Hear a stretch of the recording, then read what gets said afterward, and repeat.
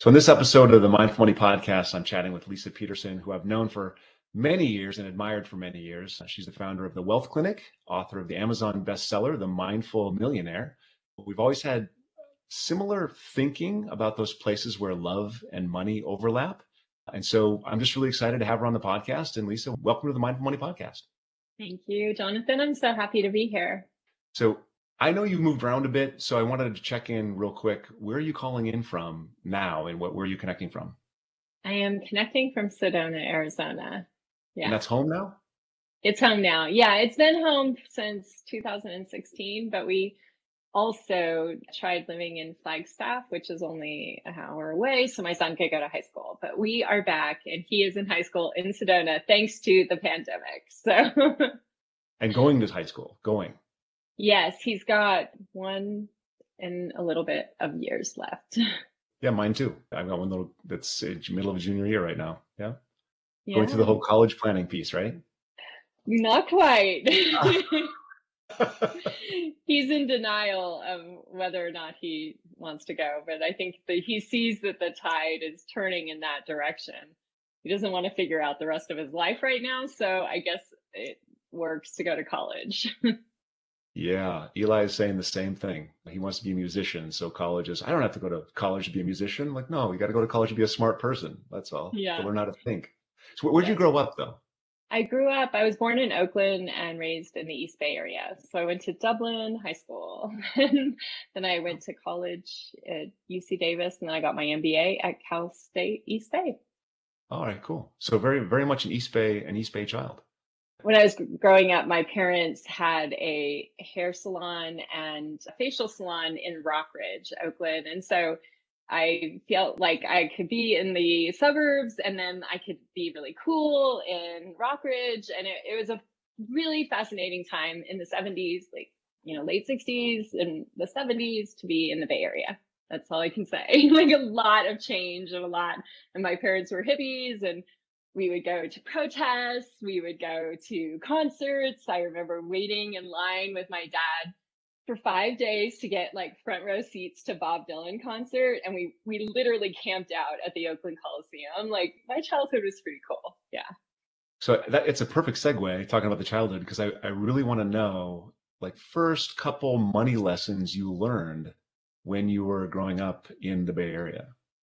I think that the lessons I learned were the opposite, what not to do versus what to do.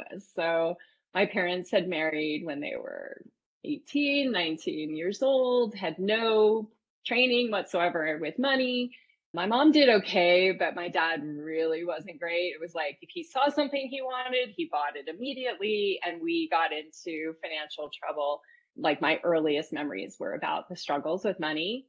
And I think that what I learned was I don't want to be like my parents, and I'm going to figure this out on my own. And I remember when I was 7 or 8, I was I have to figure out how to get money. I mean, it's funny to be thinking about that young, but I just knew I wasn't safe in my home as far as money was concerned.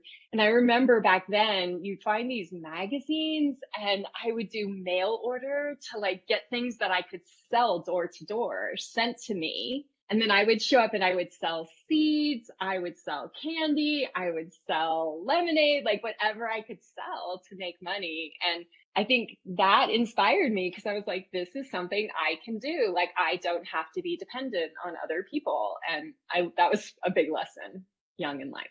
So our first conversation, I think it was after my book was published, I was on your podcast. And I think my first conversation, I remember we had this similarity, because for me growing up, it wasn't so much that they were spending a lot, and I was learning a lesson about that, but I had the same scarcity because we didn't have any money. So a little bit of background is neither of my parents had a real job, a steady income from my age 3 to 15. So at 12 formative years, I was always scared of not having enough money. So same as you, how do I get some money? I got a job, I worked, I sold stuff, I sold sandwiches door to door, candy door to door. Totally. I did all those things. But so those similarities, I wonder, you work with a lot of people. Do you know other people that have had that kind of experience? How pervasive is that? It's not that common. However, right now I'm doing a live keynote, and I'm going to be talking about flow. And I've been doing a lot of research about flow recently. And one of the things that I came across is that people, so a lot of times it's like athletes will reach these extreme states of flow in what they do, or business leaders, who kind of have a book come out of them and all of that kind of stuff. And what I think is fascinating is the research shows that people who go into flow like later in life or kind of go on to achieve a lot in the same amount of time that anyone else has have had really tough childhoods with a lot of stress and trauma. And there's a tendency to seek out, like, you have to control your destiny because your destiny is not going to just deliver itself on your front porch. And I just totally relate to that. So I help a lot of people who haven't had the experiences with money that I have had, where I've always figured it out. I've always done really well. I've become a multimillionaire without actually making a lot of money, but just being really smart with it and turning it into more. Whereas people who come to me may have had trauma growing up, but they didn't equate that trauma to achievement. Like, I have to figure this out. And so later in life, they're plagued by trauma or difficulty, and they don't have the financial situation that they want, and they don't know how to change it. And so I'm kind of reverse engineering the things that I've learned along the way that have helped me, and then helping people. And what's so funny is you can't actually do it just by teaching money. It actually is all about like the inner journey that changes the way someone thinks about themselves and the way they think about money. And then they start doing these miraculous things, or they're like, my whole life has changed, but I don't even know why or how. It's because they're not changing their external as much as their internal. But I had to learn that. Like, I've been figuring this out, as we may have talked about. Like, I started teaching meditation in early 2000s. I've been trying to figure this out for 22 years. This has not been a quick fix. Can you give us an example of one of those things that people have to, one of the traumas, what results internally about that trauma, from that trauma, and then what's the solution for it? Sure. I think that one of the most common things, and I was just listening to someone right before this conversation, people end up getting a belief about themselves, even if they're like world class in the field that they study or that they operate, but they get a belief about themselves of not enoughness, not good enough. I'm good at this, but there's all these other things I'm not good at. And that can translate into our relationships, right? Into the work that we do, into how we are with money. And so that belief system is difficult to change. It is really deeply rooted inside of how we identify ourselves, how we see ourselves in the world. And so I like to take on big problems. So what I think is first and foremost, the most important thing is that you can't just like tell yourself affirmations or read a book to change how you feel about yourself. What I have seen is you actually need to be in the presence of, a mentor and a group of people who are shifting that at the same time. You have to be in example of it, like on a regular basis. But many of us, not without realizing it, have surrounded ourselves with people who have that same belief. So there's never a reinforcement that you are enough. And it's funny because after a while, and this is why I think I keep going back to memberships or community building, is it's the only place that I see people make the big changes. And it's not any one thing that I'm teaching. It's the spirit that people have to be around that's consistently saying, you are always doing the best that you can, no matter what. Like, no matter what, you're doing the best you can. And I feel that way about myself. And I am encouraging people to question every assumption other than that, to the point after a while, they're like, oh, this is a story that I've been telling myself that I had control about what was happening. I'm telling myself I wasn't enough. I was actually reinforcing this belief for myself over and over. And I was surrounding myself with people who also reinforced that belief system. No wonder it was hard to change.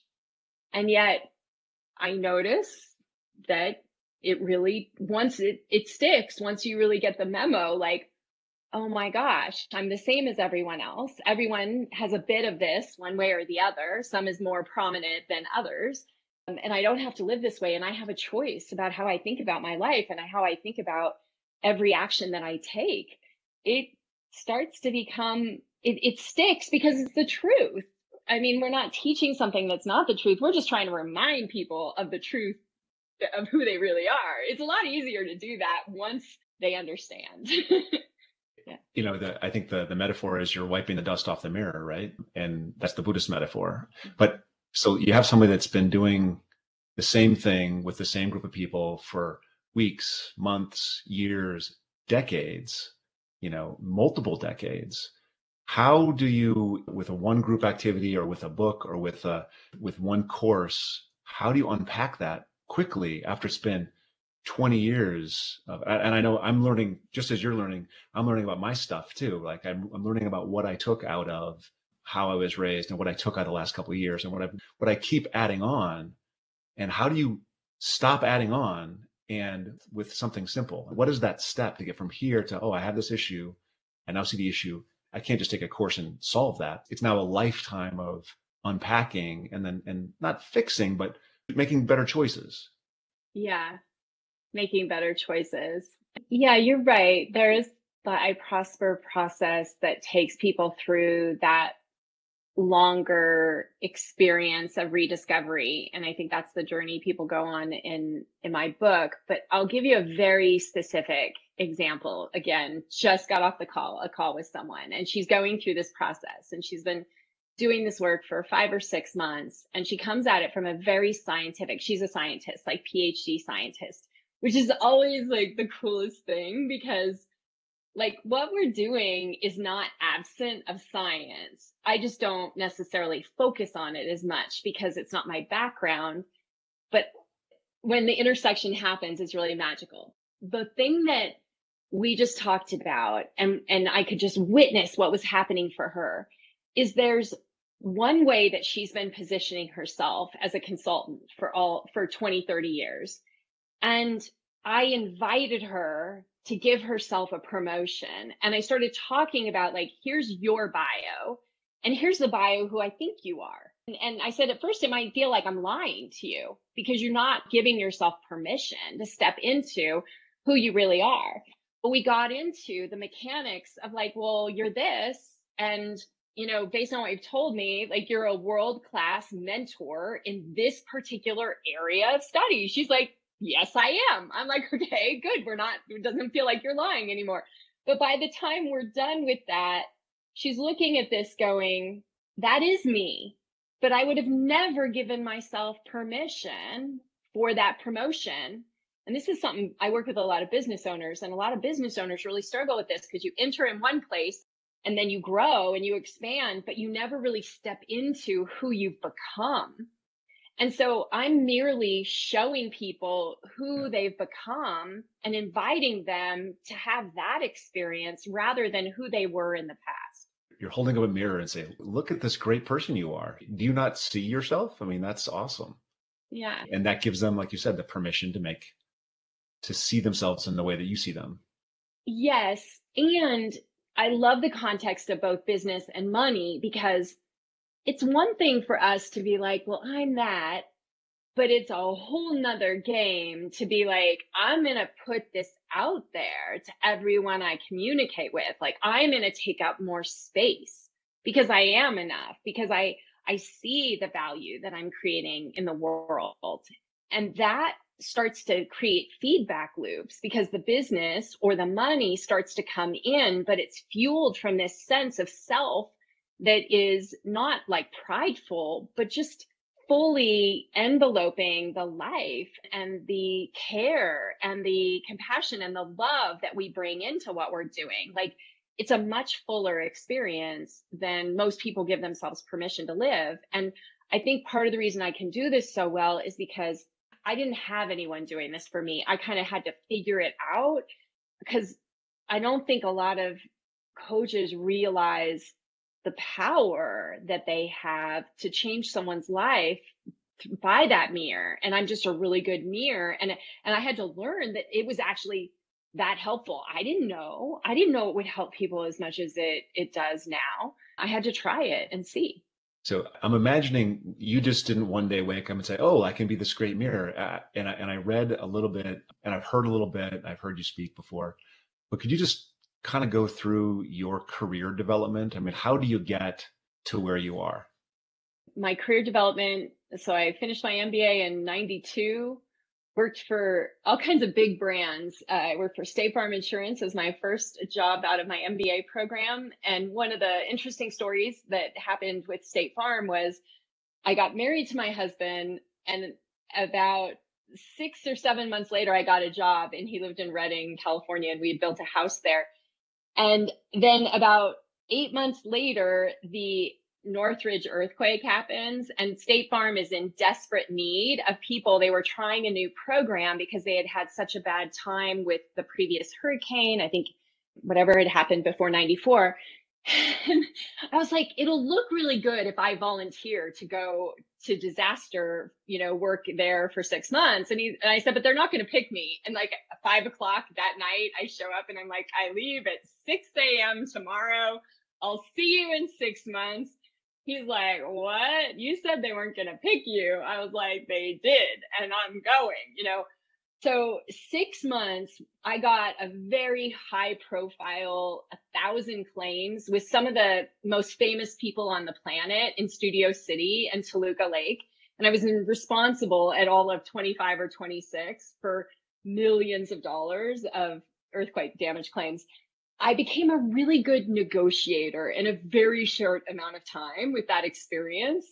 And it helped me start to really understand the differences between the wealthy and those who didn't have money, and like how wealthy people managed, their homes and their affairs and how they showed up to their lives. It was absolutely amazing. And I think it gave me that seed that I was like, well, if all those people can be millionaires, why couldn't I be a millionaire? Why couldn't I do this? They're not smarter than I am or what have you. And I came back from that and ended up going into marketing with a different company, insurance, then got recruited to Wells Fargo, where I spent the next almost 17 years working in various capacities. And at one point, pretty early at my Wells Fargo tenure, I found myself 3 or 4 like people from the top of the whole entire company, which was just unheard of. But it was like a series of events that gave me this huge opportunity. I was managing teams of 60, 70 people.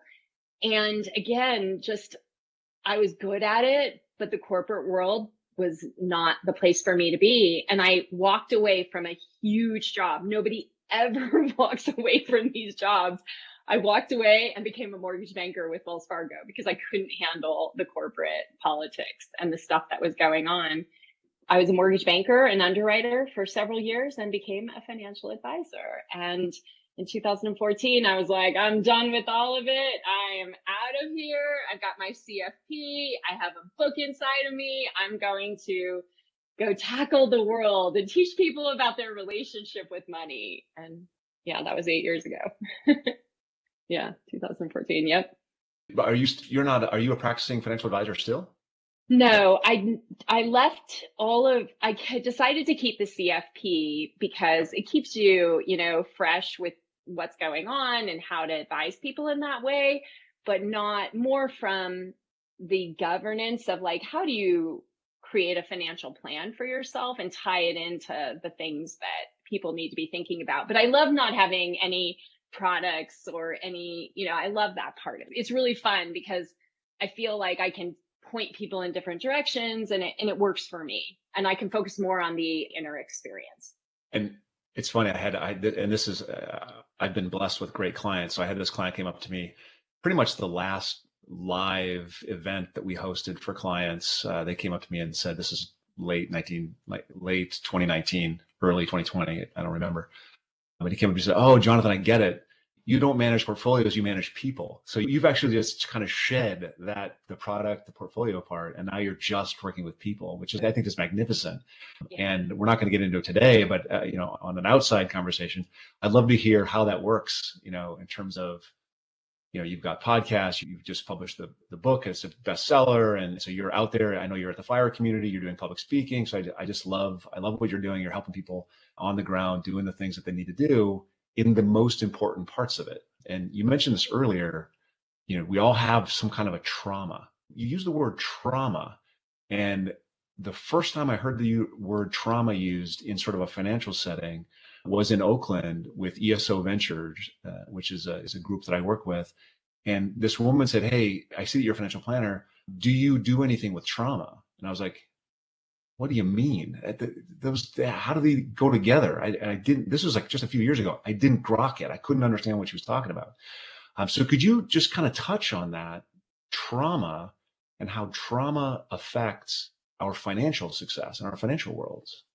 Yeah, there's so many different entry points with this. I'm Mhm. just thinking about even, there was this study done with Kaiser Permanente way back. I don't remember the dates, but they studied like 14,000 people, and they noticed that the more incidents of like adverse childhood experiences, so this is going back to, 0 to 18, let's say, the more adverse experiences a childhood had, the more likely they were to have problems in relationships, with addiction, with health issues, with financial matters. Like, they could see the relationship based on the questions that they were asking people, and like they were looking at it from a health perspective, but it turned out that it affected like incarceration. I mean, just like the list was long of all these things. And that was really helpful for me because at that time when I first came across that data, I knew beyond a shadow of a doubt intuitively, after working with so many people for 25 years with them and their money, that people who had had a lot of trauma early in life seemed to have it come and affect their money. Now, it was one of two ways, and this is where I get into talking about scarcity. One way is that they're so consumed by it, like me, like I was, that they'll sacrifice the quality of their life and all for money. Me too. I did that. Yep. Yep. And then, or there's the other side, which it's like, it's always in a mess and they can't get themselves out of it. Like, it's one of two extremes. And the one that nobody complains about are the people like us. Like, people are like, "Oh, well, what's the problem? You have money." It's like, well, you don't know, like, probably all the divorces and all the broken relationships with children and the parenting skills that suffer because of your hierarchy of money and relationships. Like, those things are really serious and they have an impact in people's lives, but nobody cares about it because our society acts like if you have money, everything's awesome. But then you can also look on the other side of, poverty and the perpetuation of trauma causing, maybe not extreme poverty, but always worrying about not having enough and never feeling like you do. And then using spending as an emotional gap filler, which is what my mom did. Like, she would buy just to try and feel better. She taught me how to do that. I had to break that pattern later in life.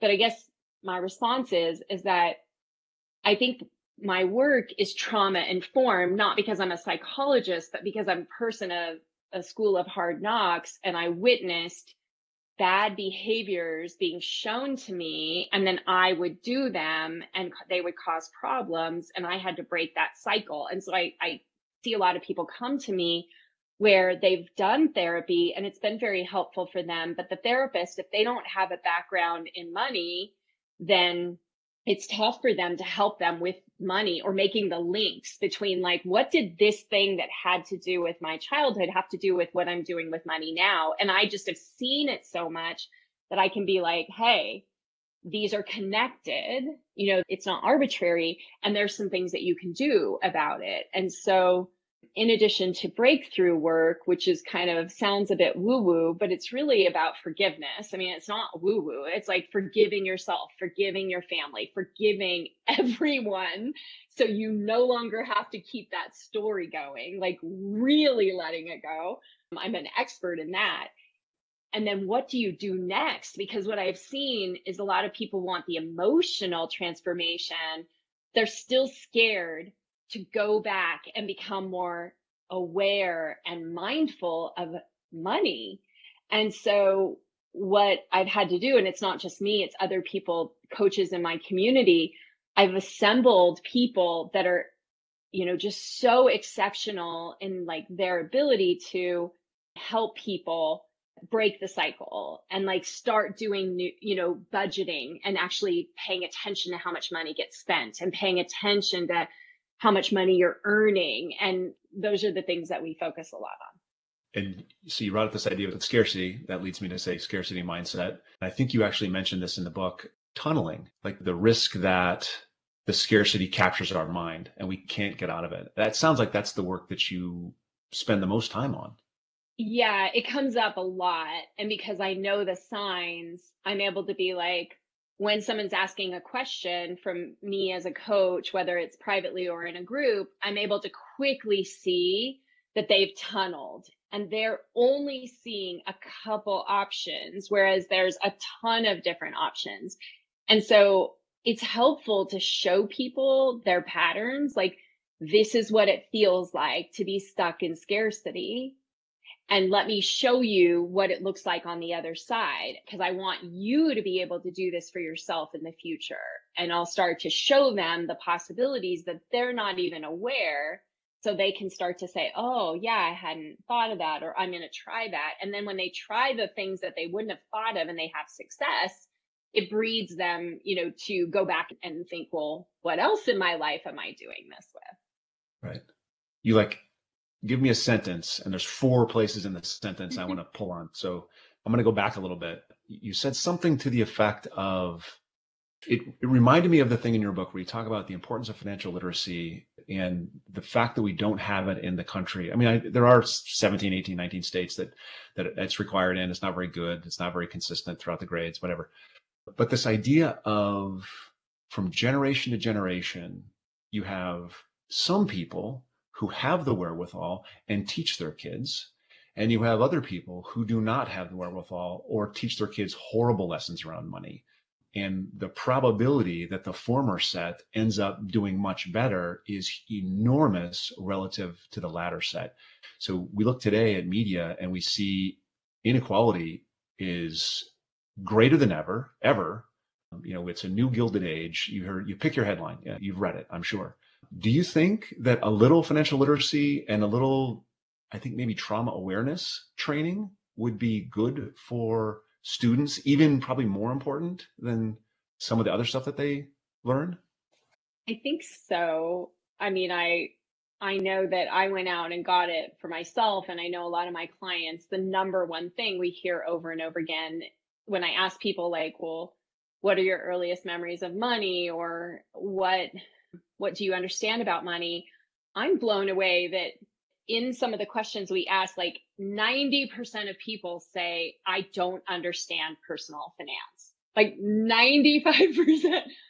I'm like, okay, where do we start? Yeah. It's a little overwhelming. They don't understand. They say, on a scale of 0 to 5, they're like, I'm at, 2 or something. And, and how little I understand. And I don't feel comfortable with my skills.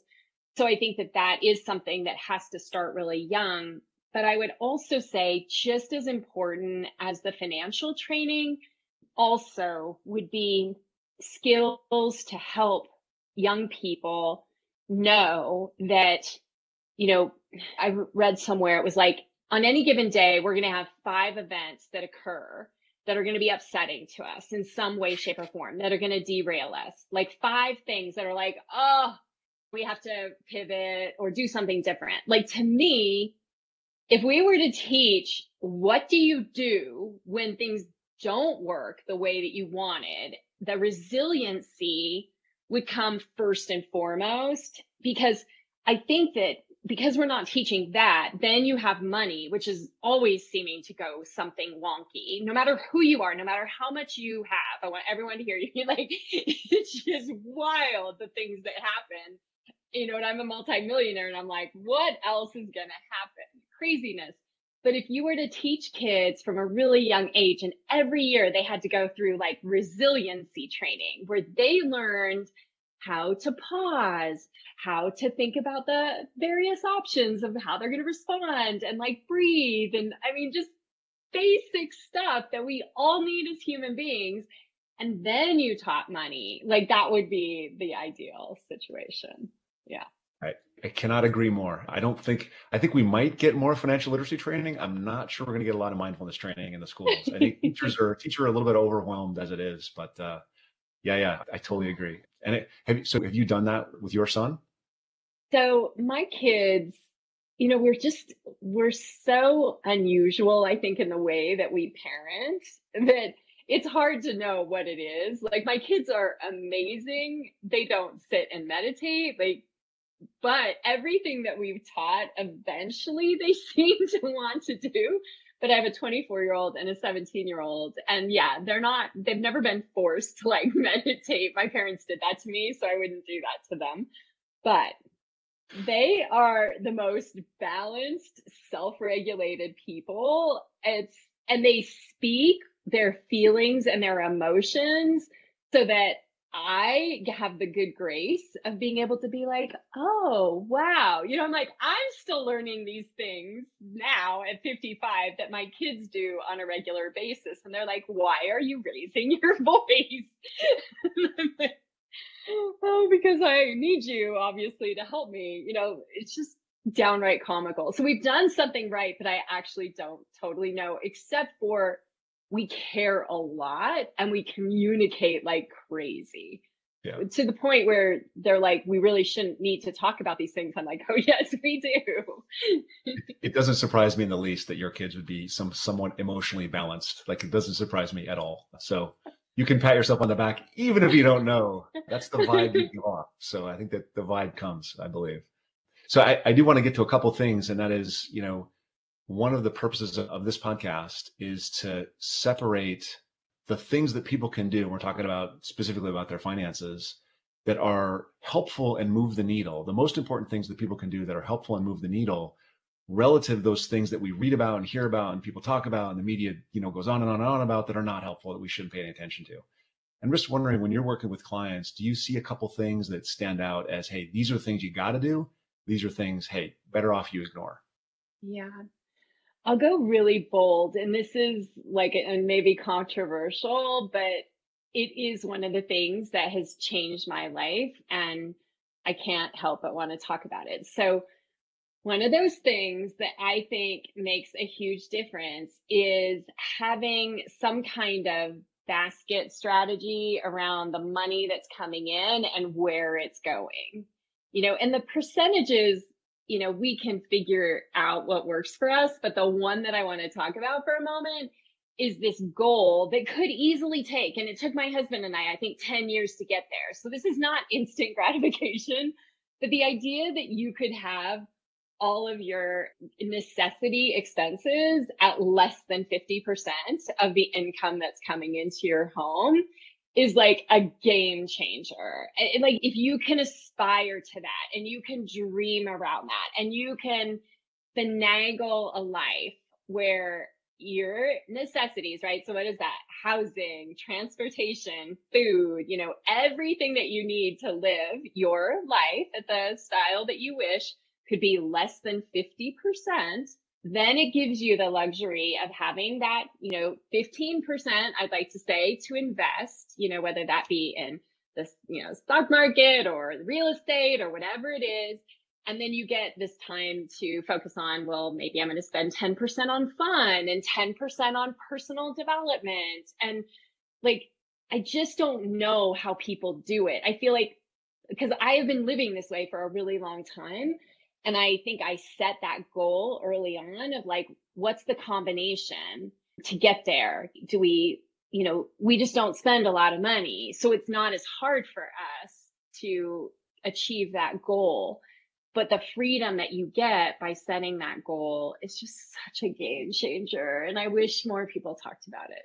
Is that Yep. bold? I No, know it that's, I think, irritates people. I think more people should talk about it. I don't know about the exact percentage, but less spending per unit of income is better, period. That's the only way you build the asset that lets you live off it later. Like that's the only way. Less spending per unit of income. 50% is Well, bold. That's bold. it is bold, and how expensive it is, especially for young people. But the other piece is that it's giving us the ability to have so much discretionary. It's not that we're going to save 50%. Like it's about choice in like the things, because I think the idea and what we teach in my programs is how can you spend lavishly on the things that are the highest value for you and strip away everything else that isn't that. How can you get around that? How can you cut out that stuff that is not of your highest and best, purpose driven, life supporting stuff? That's when things start to change. Because the budgeting, man, like just to like save money, I have been in those phases. That's not very fun. It's not a long time lifestyle, so yeah.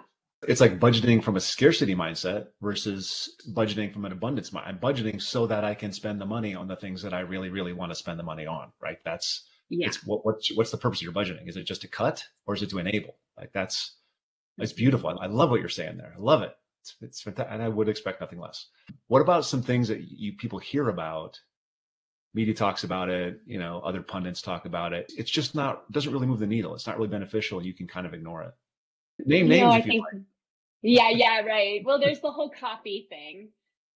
Some people, right, love their coffee, and I have gone through phases where I love my coffee. And I think here's the other thing about coffee or something else that we enjoy. Like my love-hate affair with coffee is that there's also an addiction there that I have to watch. Like I notice that I just want it the next day and want it the next day.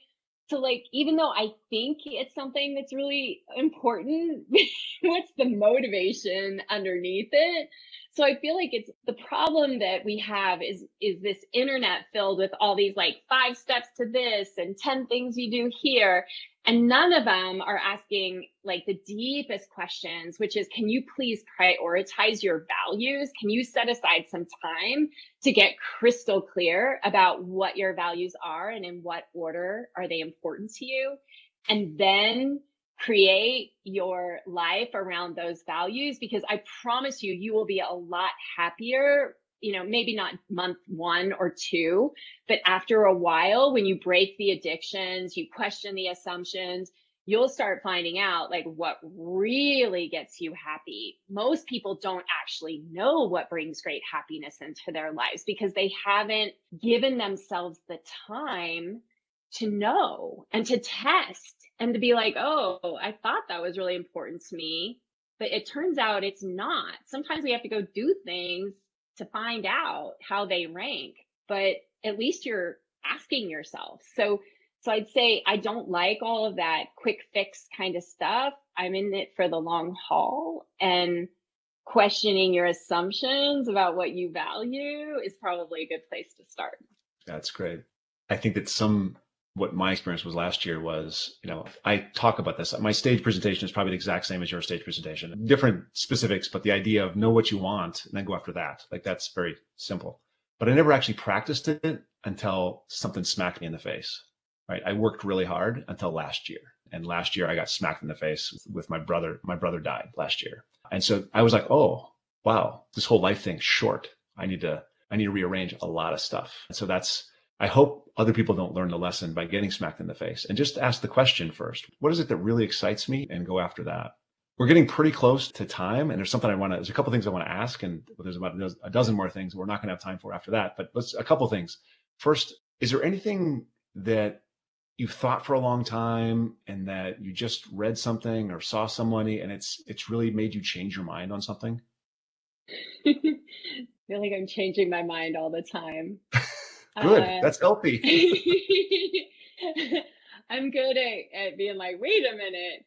I think I'm constantly blown away at how we have to stay fresh with things because science changes. So something that I thought was a reality, and I study the brain and neurobiology and neurochemistry, and I'm just blown away because I thought it was one way and I started explaining it and somebody says something, as I'm a teacher or as a coach, and I'm like, okay, time out. Like we're just going to pause this discussion and let me come back to it because things change and the science changes. And so for me, I think I'm just learning a lot about right alongside of the neuro, scientists, because that's fascinating studies. And so I would just say that science is changing because the research gets completed. I wish there was more time in the day to like know about all this stuff. But as you know, there's like only so much. But I try to not put my foot in my mouth on a regular basis. So Hard to do when you're on the cutting edge, I think. I had this conversation with my son. I say that science doesn't prove anything. Science proves things that are not. And so you learn something that's not, and then you go, this is the way it is then. And then you put your foot in your mouth because it's not that way either. Learn later that it's not that way, right? That's kind of. Yeah. I like to listen to these scientists get interviewed because they're really savvy about explaining it. And I listen to them, I'm like, oh, I need to take lessons of how to talk about this stuff because it's so inconclusive, but they're used to explaining it that way.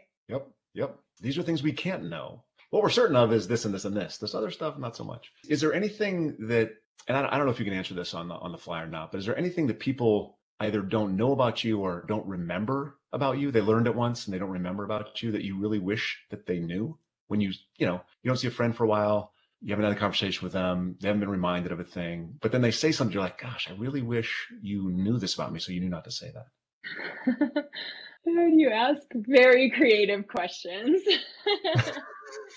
I don't know if it's the right answer, but I think that what comes up a lot in our business is that because of all these years of mindfulness and paying attention to my own experiences with life, I don't think that people understand what happens, the transformation that happens unless you've been meditating for a long time, of being so focused on other people and like what's important to them comes really, really easy for me. And I don't know anything different than that, right? So the old me was completely self-centered, didn't have an idea of what was going on for other people. And not that I'm not still that person and I have those aspects to myself, but I wish it was easier to just show people. Well, I show people all the time, but like explain what that means, to be mindfully oriented to others' conditions. Because I think that if people really understood it, more people would want to create that for themselves. Yeah. How do you get to real empathy? Mm-hmm. Yeah. So that wraps the hard stuff. I do have one short, simple thing, and that's just tell people how we can connect with you. I know you've got courses, the book. Tell people where to find you and where they can find out more about what you're doing. There's 2 websites that you can check out. wealthclinic.com, that has my blog and lots of different resources there. And then the other site is mindfulmillionairebook.com. And if you pick up a copy of the book, we have all kinds of freebies that add to the experience. And again, we're just trying to give you food for thought that can change your relationship with money and help you move in the direction that you want your life to move, but you know that money has just been something that's been holding you back. So we'll put all that in the show notes for sure. So everyone has access to those links. Definitely get the book and then sign up for the extras. I took a peek at some of the extras. They're definitely worth it. And I just want to say thank you, Leisa, for coming on. I always love having a conversation with you. You're amazing. And I appreciate your time. Thank you. Thanks for all your listeners.